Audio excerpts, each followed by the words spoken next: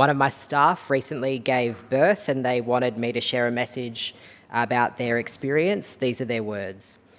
I want to firstly thank the incredible team at Joan Kerner Women and Children's Hospital for being there every step of the way, especially at the pointy end in what was a pretty traumatic birth. I literally couldn't have done it without them.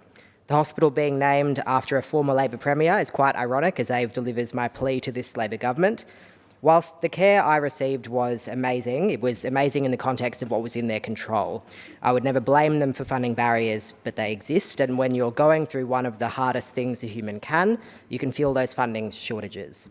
It shows in the small things, like access to meals being limited. If you miss the window to eat, you can't even get an extra bottle of milk, which anyone who has given birth can tell you is very easy to do because newborns don't exactly operate on a schedule.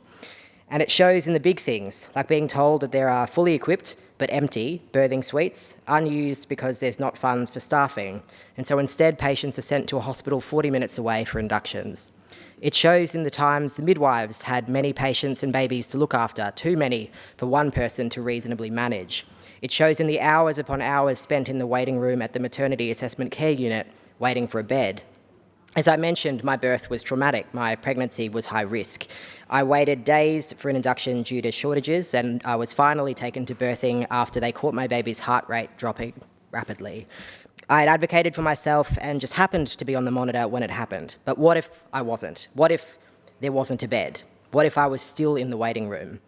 Everything ended up okay, and I have my precious and perfect baby. The people who work there do an amazing job. But the last thing I want is for another parent to experience that stress at our most vulnerable time. The last thing I want is for them to feel those shortages. I urge the government to increase funding for hospitals in Victoria.